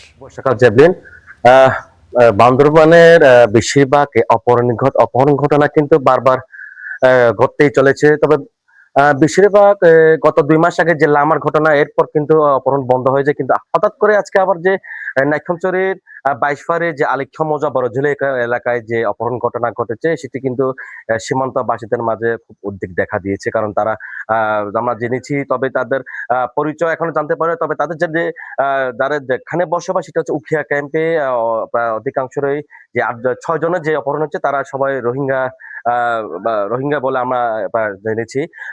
তবে এই পর্যন্ত এখনো তাদের যে মুক্তিপণ কিংবা ওপারতে যারা অপহরণ করেছে তাদের পরিচয় শনাক্ত করা যায় না, এবং তাদের যে মুক্তিপণের চাওয়ার কথা আমরা সেটাও এখনো জানতে পারিনি, এবং পুলিশ আমাদেরকে এখনো সেই তথ্যও দেয়নি। কারণ এই অপহরণের ঘটনা কিন্তু এটি নতুন ঘটনা নয়, এটি বারবার ক্রমাগত এই সীমান্ত এলাকার মধ্যে কিন্তু বাড়তেই থাকে। আর বেশিরভাগ হচ্ছে যারা রাবার শ্রমিক রয়েছেন, তাদেরকে কিন্তু গতকাল শুক্রবার রাতে কিন্তু অপহরণ করে নিয়ে যায়, কিন্তু এখনো অবধি পর্যন্ত তাদেরকে এখনো হদিশ মিলেনি।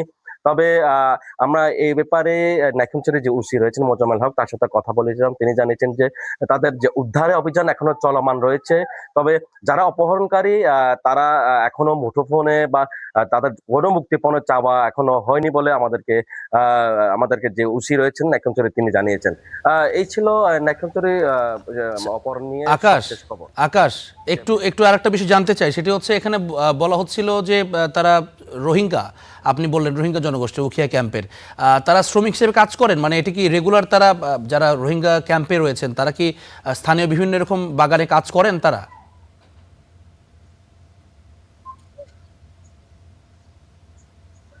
আসলে যাবেন, যারা রোহিঙ্গা রয়েছে তারা কিন্তু ক্যাম্প থেকে বের হয়ে যেসব সীমান্ত নাইক্ষ্যংছড়ি দুমদুম সীমান্ত রয়েছে, সেখানে কিন্তু তারা শ্রমিক হিসেবে কাজ করতে, যে রাবার বাগানে কিংবা দিনমজুর হিসেবে তারা কিন্তু বাইরে গিয়ে টাকা পয়সা যেসব ইনকাম হয় সেটা কিন্তু তারা ক্যাম্পে নিয়ে আবার ফিরে যান। হ্যাঁ, তারা হচ্ছে ওই সীমান্ত যে রাবার রয়েছে, তারা সেখানে সারাদিনে কাজ করেন। একটা বাগান কাজ শেষ হলে একটা বাগানে চলে যান, এবং একটা বাগানের কাজ শেষ হলে আরেকটা বাগানে তারা দিনমজুর হিসেবে কাজ করেছেন। জেবলিন। আচ্ছা, ধন্যবাদ আকাশ বিষয়টি জানানোর জন্য। আমরা দেখছিলাম একটু প্রশ্নের উদ্রেক হলো, কেননা রোহিঙ্গা ক্যাম্পের ভেতর থেকে যদি তারা স্থানীয় বিভিন্ন জায়গায় কাজ করেন শ্রমিক হিসেবে, সেটি ঠিক কতটুকু বিধি বা আইনসম্মত, সেটি নিয়ে এক ধরনের প্রশ্ন তৈরি হলো আমার মনে। যাই হোক, তামান্না, আমরা নিঃসন্দেহে সেই উত্তরগুলো পাবো ভবিষ্যতে। একটু আমাদের আজকের যে আবহাওয়া, কালকে তো ভীষণ বৃষ্টি হয়েছিল, আপনি দেখেছেন, মানে রাতের বেলা বেশ বৃষ্টি ছিল।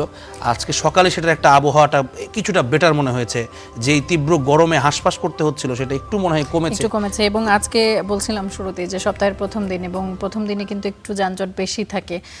যদিও আমি আসলে জানি না যে রবিবার বৃহস্পতিবার যানজট বেশি থাকার কারণ কি, যেহেতু সপ্তাহের 5 দিনই অফিসে যেতে হয়, সেখানে রবিবার এবং বৃহস্পতিবারের মাহাত্ম্যটা কি যানজট বেশি থাকার আমি জানি না।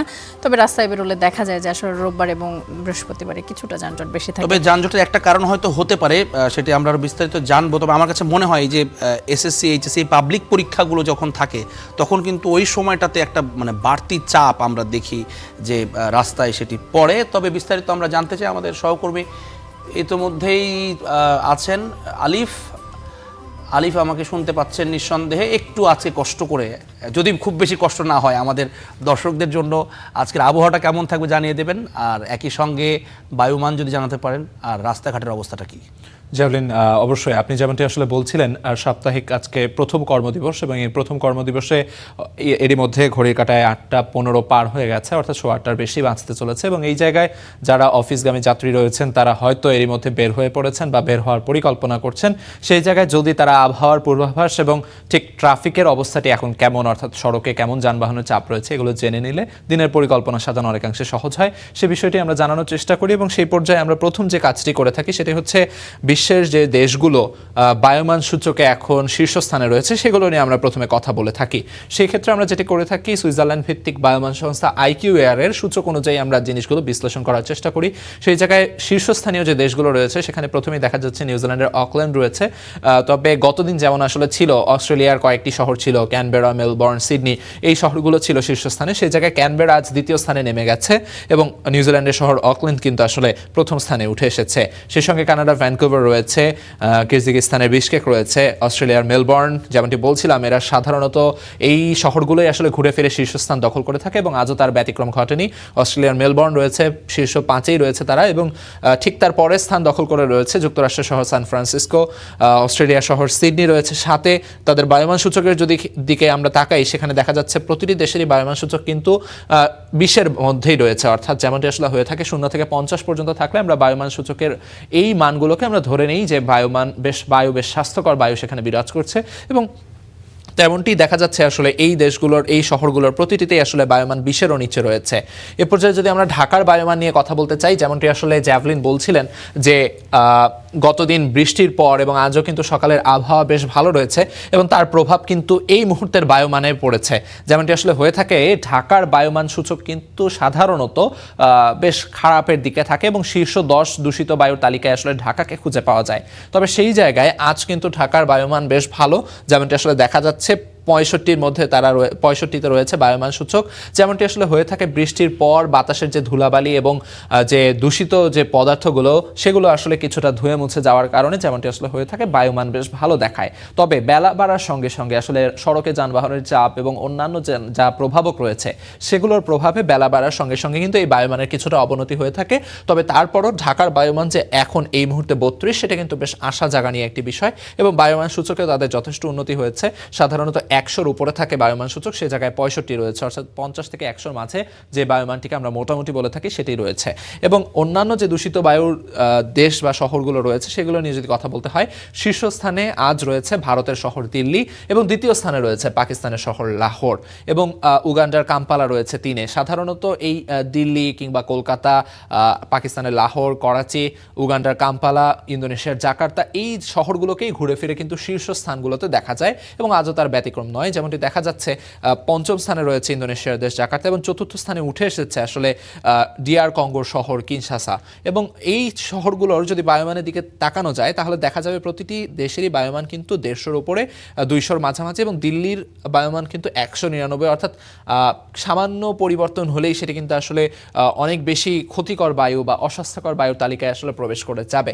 তো মোটামুটি দূষিত বায়ুর কথা বললাম, এই ছিল বায়ুমান সূচক নিয়ে যদি কথা বলা লাগে। এ পর্যায়ে যদি আমরা ঢাকার বায়ুমান সূচক যেমন বললাম আজ বায়ুমান বেশ ভালো, সেটি যদি এলাকা ভিত্তিক যদি আমরা দেখতে চাই যেমনটি আসলে হয়ে থাকে ঢাকার এলাকা ভিত্তিক বায়ুমান সূচকে দেখা যায় সাধারণত বেশিরভাগ শহরেরই বা শহরের বেশিরভাগ অংশেই কিন্তু আসলে বায়ুমান কিছুটা খারাপের দিকে থাকে। তবে আজ কিন্তু তার ব্যতিক্রম, যেমনটি আসলে গতদিন বৃষ্টি হয়েছে এবং তার প্রভাব পড়েছে। যেমনটি আসলে দেখা যাচ্ছে যে সাধারণত গুলশান, বাড়িধারা এই জায়গাগুলোতে বায়ুমান সূচক কিছুটা খারাপ থাকে এবং ওই জায়গাটাতে আজ 150-র উপরে রয়েছে বায়ুমান। তবে অন্যান্য এলাকায় যেমন দেখা যাচ্ছে 100-র মাঝে, 100-র মধ্যে রয়েছে এবং কিছু জায়গায় কিন্তু 26-24 এমনও দেখা যাচ্ছে, অর্থাৎ 50-এর নিচে রয়েছে, অর্থাৎ বায়ুমান বেশ ভালো। তো সামগ্রিকভাবে ঢাকার বেশিরভাগ অঞ্চলেই আসলে বায়ুমান বেশ ভালো। কিছু কিছু এলাকায় আসলে বায়ুমানের অবস্থা কিছুটা অবনতির দিকে রয়েছে বা খারাপ রয়েছে। তো এ পর্যায়ে যদি আমরা আবহাওয়া নিয়ে কথা বলতে চাই, আবহাওয়ার পূর্বাভাস নিয়ে যদি বলতে চাই, এই মুহূর্তে যেমনটি আসলে আমরা বলছিলাম যে গতদিন বৃষ্টির পর থেকে কিন্তু তাপমাত্রা কিছুটা কমতে শুরু করেছে এবং তার প্রভাব পড়েছে। যেমন দেখা যাচ্ছে যে এই মুহূর্তে বাতাসের তাপমাত্রা দেখানো হচ্ছে 28 ডিগ্রি সেলসিয়াস, যেটি অনুভূত হচ্ছে 34 ডিগ্রি সেলসিয়াসের কাছাকাছি। এই জায়গায় বায়ুর আর্দ্রতার কিছু প্রভাব রয়েছে যার কারণে আসলে 34 ডিগ্রি সেলসিয়াসের কাছাকাছি অনুভূত হয়। তবে সেই সঙ্গে যেমন আসলে এখানে দেখা যাচ্ছে এয়ার কোয়ালিটি, বায়ুমানের পাশাপাশি বাতাসের গুণগত মানের দিকে যদি খেয়াল করা হয় সেটি কিন্তু দেখানো হচ্ছে এক্সেলেন্ট, অর্থাৎ খুবই ভালো বা স্বাস্থ্যকর বায়ু আসলে বিরাজ করছে। এবং এ পর্যায়ে যদি আমরা আবহাওয়ার পূর্বাভাস বলি যে সারাদিন আসলে আবহাওয়া কেমন যাবে সে জায়গায় দেখা যাচ্ছে সকালের দিকে অর্থাৎ 9টা-10টার দিকে কিছুটা মেঘলা থাকবে আকাশ, তবে বৃষ্টির তেমন সম্ভাবনা এখানে দেখানো হচ্ছে না। সেই সঙ্গে বায়ুর আর্দ্রতাও কিছুটা কম রয়েছে, 7% কাছাকাছি রয়েছে। তবে বেলা বাড়ার সঙ্গে সঙ্গে অর্থাৎ 11টা, 12টা, 1টা অর্থাৎ দুপুর পর্যন্ত আসলে রোদ্রের দেখা পাওয়া যাবে এবং সেই জায়গায় বাতাসের আর্দ্রতা কিছুটা বাড়তে থাকবে, তাপমাত্রাও কিছুটা বাড়তে থাকবে এমন বলা হচ্ছে। তবে দুপুরের পর থেকে অর্থাৎ দুপুর 2টার পর থেকে 3টা, 4টা এই জায়গায় কিন্তু কিছুটা বৃষ্টির পূর্বাভাস দেখানো হচ্ছে। অর্থাৎ যারা এই সময় আসলে বাইরে বের হওয়ার পরিকল্পনা করছেন দুপুরের পর, তাদের আসলে বৃষ্টির প্রস্তুতি হাতে নিয়ে আসলে বের হওয়া সুবিধাজনক হবে। এ পর্যায়ে যদি আমরা ট্রাফিকের আপডেট আপনাদের জানিয়ে দেওয়ার চেষ্টা করি, প্রতিদিনের মতো যেমনটি আসলে দেখা যায় যে সাপ্তাহিক প্রথম কর্মদিবস, স্বাভাবিকভাবেই শহরের বিভিন্ন জায়গায় কিন্তু এরই মধ্যে যানজট শুরু হয়ে গেছে। সবচেয়ে বেশি যানজট দেখা যাচ্ছে এপাশে হাতিরঝিল হয়ে রামপুরা বাড্ডার এই সড়কটি যারা ব্যবহার করবেন, সবচেয়ে বেশি যানজট আসলে তাদেরকেই পোহাতে হবে। এবং এই জায়গায় যারা রামপুরা ইউলুপ ব্যবহার করে এই রামপুরা বাড্ডা বা বনশ্রীর এই পাশটাতেও যারা চলাচল করবেন, একই সঙ্গে মেরাদিয়া কাঁচাবাজার অর্থাৎ আফতাবনগরের এই সড়কটি যারা ব্যবহার করবেন, তাদের কিন্তু আসলে অনেক যানজট পোহাতে হবে। সেই সঙ্গে এই পাশে খিলগাঁওয়ের এই পাশে যারা অতীশ দীপঙ্কর রোড রয়েছে, এই রোডটি যারা ব্যবহার করবেন তাদেরও আসলে যানজট পোহাতে হবে। এবং এই পাশে যদি আমরা খেয়াল করি গুলশান এভিনিউ অর্থাৎ এই সঙ্গে একে খন্দকার রোড এবং কামাল আতাতুর্ক এভিনিউ, এই পাশটাতে কামাল আতাতুর্ক এভিনিউয়ের তুলনামূলক আজ যানবাহনের চাপ এই মুহূর্তে কিছুটা কম থাকলেও বেলা বাড়ার সঙ্গে সঙ্গে এ পাশেও কিন্তু যানজটের প্রভাব পড়তে থাকে। এবং একই সঙ্গে একে খন্দকার রোড, সেখানে কিন্তু এরই মধ্যে যানজট শুরু হয়ে গেছে। তো মোটামুটি যারা গুলশান সড়ক ব্যবহার করবেন, এই পাশে রামপুরা সড়ক ব্যবহার করবেন, কিছুটা সময় হাতে নিয়ে আসলে তাদের বের হওয়া উচিত হবে। সেই সঙ্গে যদি এ পাশে আমরা শাহবাগের দিকে যেতে চাই, শাহবাগের এই অংশটাতে দেখা যাচ্ছে এরই মধ্যে কিন্তু যানবাহনের চাপ বেড়ে গেছে এবং শাহবাগ হয়ে যারা এই কাজী নজরুল ইসলাম এভিনিউ ব্যবহার করে কারওয়ান বাজার হয়ে এ পাশে ফার্মগেটে যাতায়াত করবেন, তাদের আসলে যানবাহনের চাপ পোহাতে হবে। এবং এই পাশে তেজগাঁও সড়কের এই পাশটাতেও কিন্তু বেশ যানজট রয়েছে। তবে এ পাশে যদি আমরা মিরপুর রোড কিংবা এ পাশে বেগম রোকেয়া সরণি নিয়ে কথা বলি, সেই জায়গায় বেগম রোকেয়া সরণির এ পাশটাতে কিন্তু দেখা যাচ্ছে যানবাহনের চাপ তুলনামূলক কিছুটা কম রয়েছে। তবে মিরপুর 10 থেকে যারা বেগম রোকেয়া সরণি ব্যবহার করে আসলে এ পাশে বিজয় সরণির দিকে যাতায়াত করবেন, তাদের কিছুটা যানবাহনের চাপ পোহাতে হবে কাজীপাড়া এবং শেরোপাড়ার এ পাশটাতে। আসলে যেমনটি হয়েছে, গতদিন বৃষ্টি হয়েছে, তারপর কিছুটা হয়তো যানবাহনের চাপ এ পাশে বেড়েছে। আসলে বৃষ্টি হওয়ার সঙ্গে সঙ্গে জলাবদ্ধতা কিন্তু রাজধানীর একটি অন্যতম সমস্যা, সেই সঙ্গে কিন্তু যানবাহনের গতিও কমে যায়। সবকিছু মিলিয়ে এই অংশটাতে কিছুটা সড়কের যানবাহনের চাপ রয়েছে। তবে এই পাশে যদি আমরা মিরপুর রোডের কথা বলছিলাম, মিরপুর রোডে এখনও তেমন যানবাহনের চাপ দেখা যাচ্ছে না বা যানজট শুরু হয়নি। ঢাকার প্রবেশদ্বারগুলো নিয়ে যদি কথা বলতে হয়, গাবতলী আমিনবাজার যে সড়কটি রয়েছে, সেই সড়কে কিন্তু সাপ্তাহিক কর্মদিবস হওয়াতে আজ তেমন আসলে যাত্রী চাপ কিংবা যানবাহনের চাপ আসলে তেমন নেই, যেমনটি আসলে হয়ে থাকে সাধারণত ছুটির দিনগুলোতে। দেখা যায় এ পাশে অনেকেই ঢাকার বাইরে যাতায়াত করার চেষ্টা করেন এবং সেই সঙ্গে কিন্তু এ পাশে তখন যানবাহনের চাপও বেড়ে যায়। স্বাভাবিক অফিসের দিন আজ এবং সেই হিসেবে কিন্তু অফিস পাড়া মতিঝিলে কিছুটা যানবাহন থাকার কথা, বাট এখন পর্যন্ত সেরকম যানবাহন আসলে দেখা যাচ্ছে না। তবে বেলা বাড়ার সঙ্গে সঙ্গে হয়তো যানবাহনের চাপ সেই দিকে বাড়তে পারে এবং যারা এই সড়কটি ব্যবহার করার চিন্তা করছেন বা পরিকল্পনা করছেন, তাদের আসলে সেভাবেই সময় হাতে নিয়ে বের হলে কিছুটা সুবিধা পাওয়া যাবে। তবে এক্ষেত্রে আপনাদের যেটি মনে করে দিই আমরা প্রতিদিন, সেটি হচ্ছে সময়ের চেয়ে জীবনের মূল্য কিন্তু অনেক বেশি এবং আপনারা এক্ষেত্রে ট্রাফিক আইন মেনে চলবেন এবং নিরাপদে সড়কে যাতায়াত করবেন, এমনটি প্রত্যাশা থাকবে আপনাদের প্রতি। এ পর্যায়ে আমরা ফিরে যেতে চাই আমাদের মূল স্টুডিওতে। সেখানে আছেন সহকর্মী জ্যাভলিন এবং তামান্না। ধন্যবাদ আলিফ আপনাকে আরও একবার আমাদের দর্শকদেরকে যে আপডেট দিয়েছেন এবং সবশেষ কথা যেটি, যে সময়ের চাইতে জীবনের মূল্য অনেক বেশি, এটি আসলে আমাদের সব সময় যারা রাস্তায় চলাচল করছি তাদের সেটি মাথায় রাখা উচিত, কেননা জীবন একটাই। আবারও অন্য প্রসঙ্গে ফিরছি। গোপালগঞ্জ পৌর শহরের বুক চিরে বয়ে যাওয়া ঐতিহ্যবাহী পাচুরিয়া খাল এখন মৃতপ্রায়। লাগামহীন দূষণ ও জমে থাকা ঘন কচুরিপানার স্তূপে খালটির পানি প্রবাহ বন্ধ হয়ে পরিণত হয়েছে ময়লার ভাগাড়ে। প্রশাসনের উদাসীনতা আর জনসচেতনতার অভাবকেই দায়ী করছেন স্থানীয়রা। খাল নয়, যেন সবুজের এক বিশাল স্তূপ। একসময় পানির প্রবাহে প্রাণ ছিল খালটিতে। এখন গোপালগঞ্জের ঐতিহ্যবাহী পাচুরিয়া খালের শহরের ভেতরে প্রায় 3 কিলোমিটার অংশ জুড়ে জমে আছে কচুরিপানা। থমকে গেছে স্বাভাবিক পানি প্রবাহ।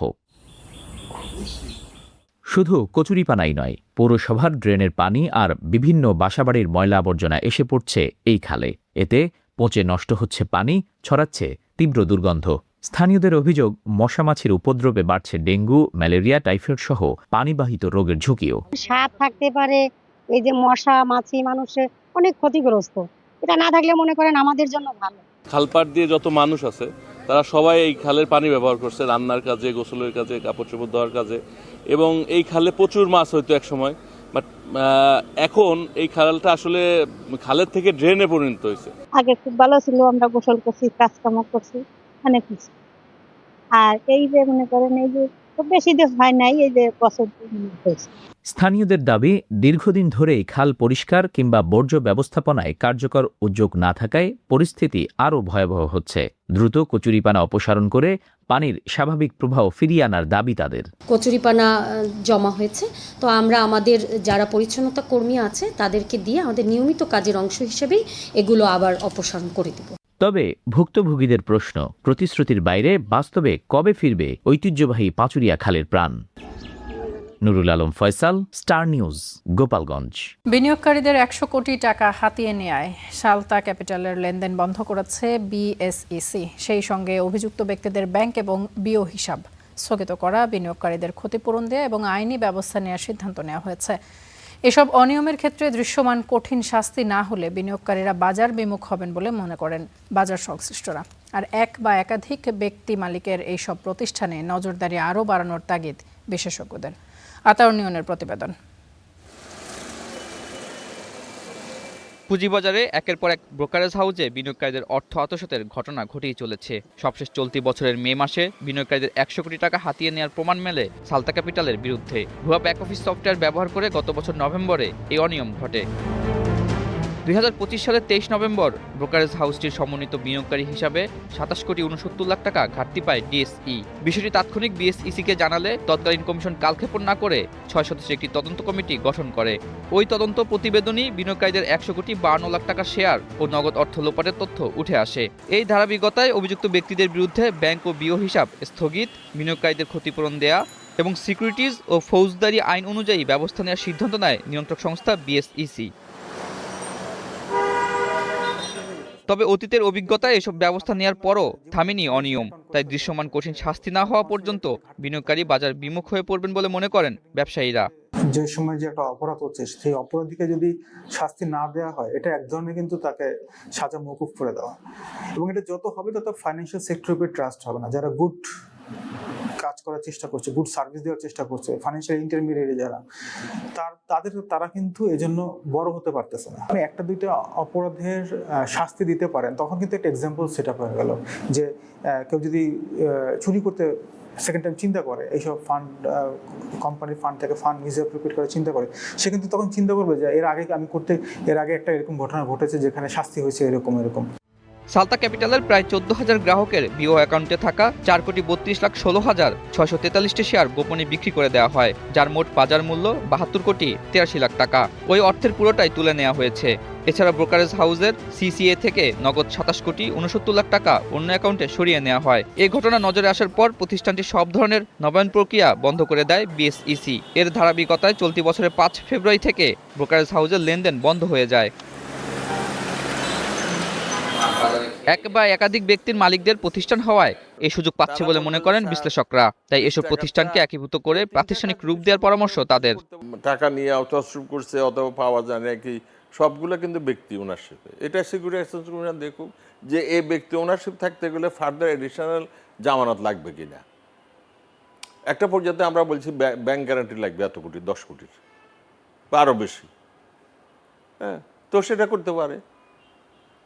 আর না হলে বলতে পারো যে তোমরা এটার সঙ্গে একটা ইনস্টিটিউশন পার্টনার নিতে হবে। এডিশনাল সিকিউরিটিস মানে জামানত দেওয়ার ব্যবস্থা করা হোক, অর তারা হয়তো ওই যে পেড আপ ক্যাপিটাল বৃদ্ধি করা হোক থ্রু মানে অন্য কোনো ইনস্টিটিউশনের পার্টনার নিয়ে। অভিযুক্ত ব্যক্তিদের দেশ থেকে নিষেধাজ্ঞা দেয়া সহ আইন অনুযায়ী আরও ব্যবস্থা গ্রহণের কার্যক্রম চলছে বলে জানিয়েছে বিএসইসি। আতাউর নিয়ন, স্টার নিউজ, ঢাকা। আমের মৌসুম প্রায় শেষ। নওগাঁয় আমের শেষ সময়ের বেচা কেনার পরিস্থিতি জানতে যুক্ত হচ্ছেন সহকর্মী তৌহিদুল ইসলাম। তৌহিদ, যেমনটি আসলে আমরা জানি এরই মাঝে কিন্তু যে মৌসুমি যে আমগুলো রয়েছে আসলে সেগুলোর প্রায় শেষ সময় চলে এসেছি। হিমসাগর, ল্যাংড়া এগুলো তো শেষই, এবং এখন যেগুলো আছে আসলে হাড়িভাঙা, আম্রপালি, এই যে আমগুলো এগুলো শেষ সময়ের বেচা বিক্রি চলছে। তো নওগাঁর হাটে আসলে আমের সবশেষ পরিস্থিতি কি?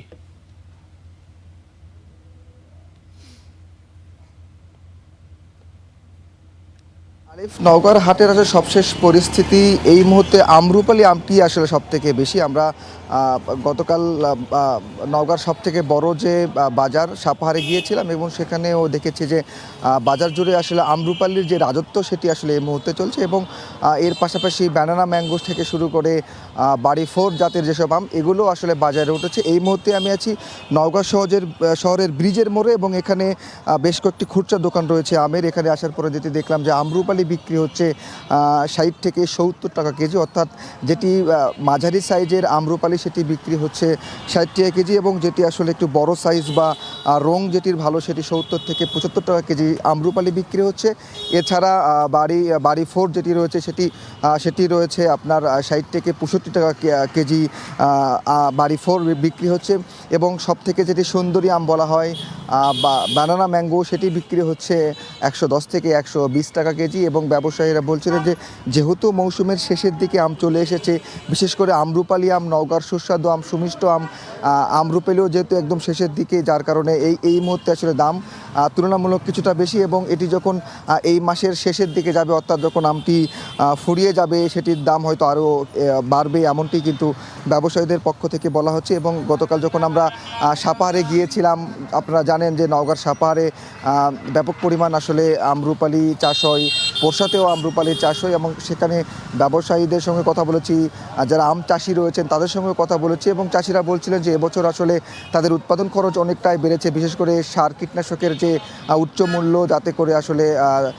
এবার তাদের আম উৎপাদন করতে গিয়ে বাড়তি খরচ করতে হয়েছে। এছাড়া শ্রমিক মজুরি বেড়েছে। সব মিলিয়ে বেচা বিক্রি ফলনও যেমন ভালো হয়েছে, বেচা বিক্রিও খুব ভালোই চলছে এমনটি কিন্তু বলা হচ্ছে চাষিদের পক্ষ থেকে এবং ব্যবসায়ীদের পক্ষ থেকে। তবে কৃষি বিভাগের সঙ্গে কথা বলেছি, তারা আসলে বলছিলেন যে বিগত বছরের যে আম উৎপাদনের যে রেকর্ড নওগাঁ জেলায় সেটি আসলে ছাড়িয়েছে এবছর এবং কৃষি বিভাগের পক্ষ থেকে আসলে বলা হচ্ছে যে গেল বছর যেমন প্রায় 350 কোটি টাকার আম বিক্রির যে বেচা বিক্রি হয়েছে, এবছর আসলে প্রায় 450 কোটি টাকার আম বেচা কেনার যে সম্ভাবনা সেটি কিন্তু ধরা হয়েছে এবং যেহেতু আরও বেশ কয়েকদিন আম থাকবে, অর্থাৎ এই মাস গেলে সামনের মাসেরও শেষ সময় পর্যন্ত আসলে আম বাজারে থাকবে, অর্থাৎ আরশিনা আমের মধ্য দিয়ে আসলে আম নামানো শেষ হবে এই মৌসুমের, অর্থাৎ এখন পর্যন্ত এমনটি ছিল আমার কাছে এবং কৃষি বিভাগ মনে করছে যে প্রায় 4,500 কোটি টাকারও বেশি আম বাণিজ্যের বেচা কিনা হবে নওগাঁ থেকে। তো আলিফ, এমনটি ছিল আমের বাজার নওগাঁ থেকে আমার কাছে। তৌহিদ, আপনাকে অসংখ্য ধন্যবাদ। দর্শক, আমরা দেখছিলাম নওগাঁর আমের বাজারের সবশেষ। মধ্যপ্রাচ্যের যুদ্ধের ধাক্কা, অর্থনৈতিক সংকট আর পশ্চিমাদের চাপ সব উপেক্ষা করেই ইতিহাসের সবচেয়ে বড় আয়োজনের রাষ্ট্রীয় বিদায় অনুষ্ঠান করছে ইরান। খামেনির জানাজাকে ঘিরে শুধু শোক নয়, বরং জনগণের ঐক্যের শক্তি, কূটনীতি ও রাজনৈতিক বার্তার এক বিরল প্রদর্শনী দেখাচ্ছে ইরান। কেন এই আয়োজনকে ট্রাম্পের উদ্দেশ্যে সরাসরি চ্যালেঞ্জ হিসেবে দেখা হচ্ছে আর কি বার্তাই বা দিতে চাইছে তেহরান, বিস্তারিত এক্সপ্লেইনারে।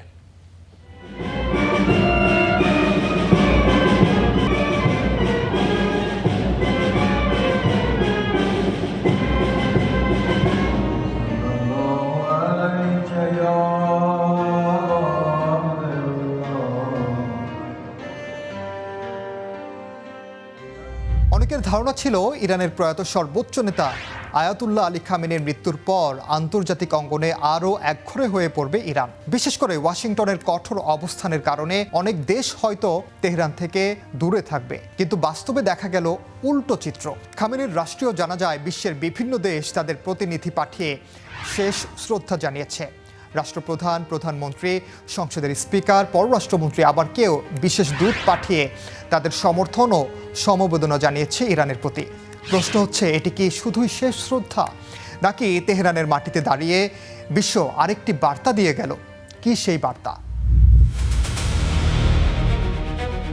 আন্তর্জাতিক কূটনীতিতে কোনো রাষ্ট্রের শীর্ষ নেতার শেষ বিদায় বা জানাজায় অংশ নেওয়া কেবল শোক প্রকাশ নয়, অনেক সময় এটি একটি রাজনৈতিক সংকেত।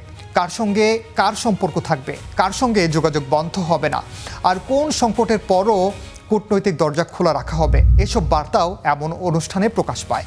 খামেনির জানাজাও ঠিক তেমন একটি মঞ্চে পরিণত হয়েছে। প্রথম বড় বার্তাটি এসেছে মস্কো থেকে। রাশিয়া বহু বছর ধরেই ইরানের অন্যতম কৌশলগত অংশীদার। ইউক্রেন যুদ্ধ, জ্বালানি, অস্ত্র এবং পশ্চিমা নিষেধাজ্ঞার বিরুদ্ধে দুদেশ একে অপরের উপর নির্ভরশীল। তাই খামেনির জানাজায় রুশ প্রতিনিধিদের উপস্থিতি শুধু শোক প্রকাশ নয়, এটি ছিল একটি বার্তা পশ্চিমা চাপ সত্ত্বেও মস্কো তেহরান অটুট সম্পর্কের।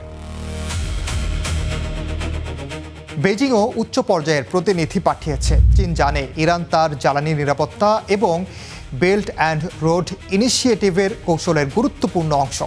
খামেনির জানাজায় প্রতিনিধি পাঠিয়ে চীন দেখিয়েছে যুক্তরাষ্ট্রের সঙ্গে প্রতিযোগিতা চললেও মধ্যপ্রাচ্যে তারা নিজেদের কূটনৈতিক উপস্থিতি বজায় রাখবে। এটি সরাসরি ওয়াশিংটন বিরোধী অবস্থান না হলেও চীনও যে এই অঞ্চলের বড় খেলোয়াড় তার একটি বড় বার্তা হিসেবেই বিবেচনা করছেন বিশ্লেষকরা। সবচেয়ে বেশি আলোচনায় পাকিস্তান। দেশটির প্রধানমন্ত্রী নিজেই তেহরানে গেছেন। একদিকে পাকিস্তান যুক্তরাষ্ট্রের সঙ্গে সম্পর্ক রাখতে চায়, অন্যদিকে সীমান্ত নিরাপত্তা ও আঞ্চলিক স্থিতিশীলতার জন্য ইরানের সঙ্গেও সম্পর্ক নষ্ট করতে চায় না। আর এই বার্তাটি দিয়েছে ইসলামাবাদ। প্রতিনিধি পাঠিয়েছে ভারতও, কারণ নয়াদিল্লির জন্য ইরান শুধু একটি দেশ নয়, এটি জ্বালানি, মধ্য এশিয়ার প্রবেশ এবং আঞ্চলিক সংযোগের গুরুত্বপূর্ণ অংশ।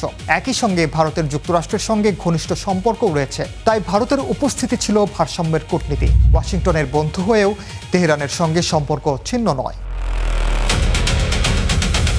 ইরাকের উপস্থিতি অনেকটাই প্রত্যাশিত, কারণ দুদেশের মধ্যে শুধু রাজনৈতিক নয়, গভীর ধর্মীয় ও সামাজিক সম্পর্ক রয়েছে। খামেনির জানাজার একটি অংশ ইরাকের নাজাফ ও কারবালাতে অনুষ্ঠিত হচ্ছে, যে কারণে বাগদাদের জন্য অনুপস্থিত থাকা প্রায় অসম্ভব ছিল। দেশগুলোর এই উপস্থিতি শাসক পরিবর্তনে যুক্তরাষ্ট্রের চেষ্টার বিপরীতে কঠোর এক কূটনৈতিক বার্তা দেয় বলে মনে করেন বিশ্লেষকরা। আবার অনুপস্থিতির ভাষাও গুরুত্বপূর্ণ। সবচেয়ে বেশি চোখে পড়েছে কারা আসেনি। সংযুক্ত আরব আমিরাত সহ বেশ কয়েকটি উপসাগরীয় দেশের শীর্ষ নেতৃত্ব অনুপস্থিত থাকতে পারেন এমন ধারণা করা হলেও শেষ পর্যন্ত সৌদি আরবের মতো দেশের প্রতিনিধিদেরও শেষ শ্রদ্ধা জানাতে দেখা গেছে খামেনিকে।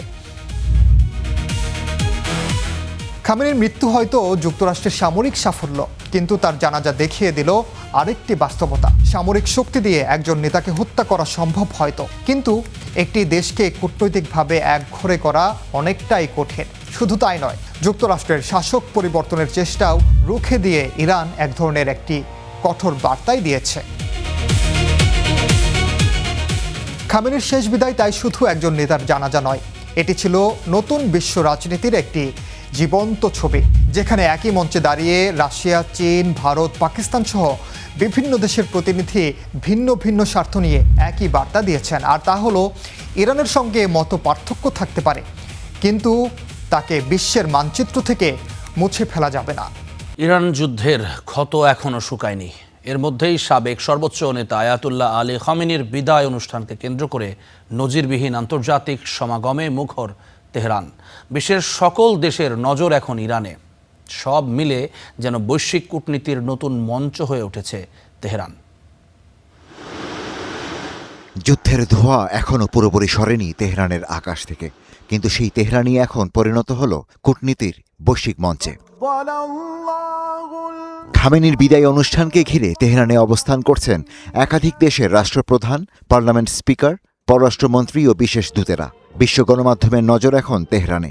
গণমাধ্যমে উপেক্ষিত ছিল যে ইরান, সেই তেহরান এখন শত শত গণমাধ্যমের সরাসরি সম্প্রচারের কেন্দ্রবিন্দু। প্রায় ১০০টি দেশের হাজারো প্রতিনিধি এই মুহূর্তে ইরান সফরে রয়েছেন।